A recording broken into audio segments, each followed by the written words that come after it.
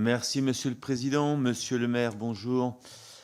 Je tiens tout d'abord à vous assurer, au nom du groupe parlementaire de la France Insoumise, que nous sommes très préoccupés par l'asphyxie budgétaire qui touche nos communes et nos collectivités locales depuis des décennies.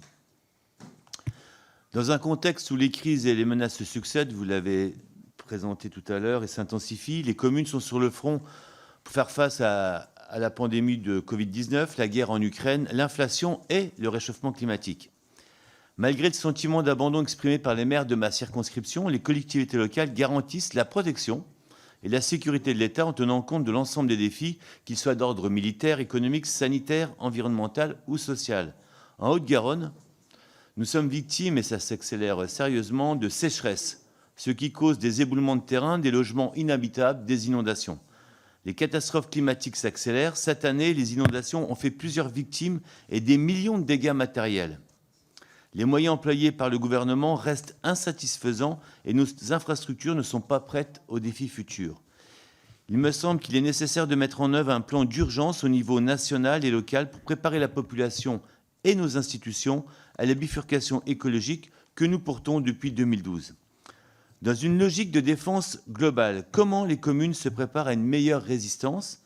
Comment évaluez-vous les besoins matériels et vos structures actuelles comme le plan communal de sauvegarde et la réserve communale de sécurité civile face aux récentes inondations? Et enfin, comment évaluez-vous, mais même si vous avez déjà apporté quelques éléments de réponse, le rôle du correspondant défense? Et nous constatons que les engagements restent très hétérogènes entre les communes et son statut d'élu local, tout en étant en liaison avec le ministère des Armées, semble nécessiter une petite clarification. Je vous remercie pour vos réponses. Merci, monsieur le maire. Moi, je vous remercie pour vos questions.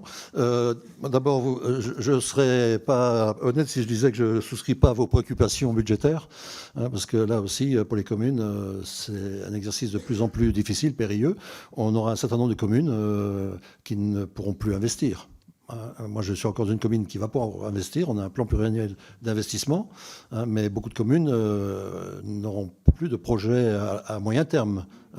Et je dirais même au-delà, je ne suis pas sûr qu'on aura des candidats maires dans toutes les communes non plus. Donc, parce qu'il y a une forme de découragement. Donc ça, il ne faut pas l'ignorer. C'est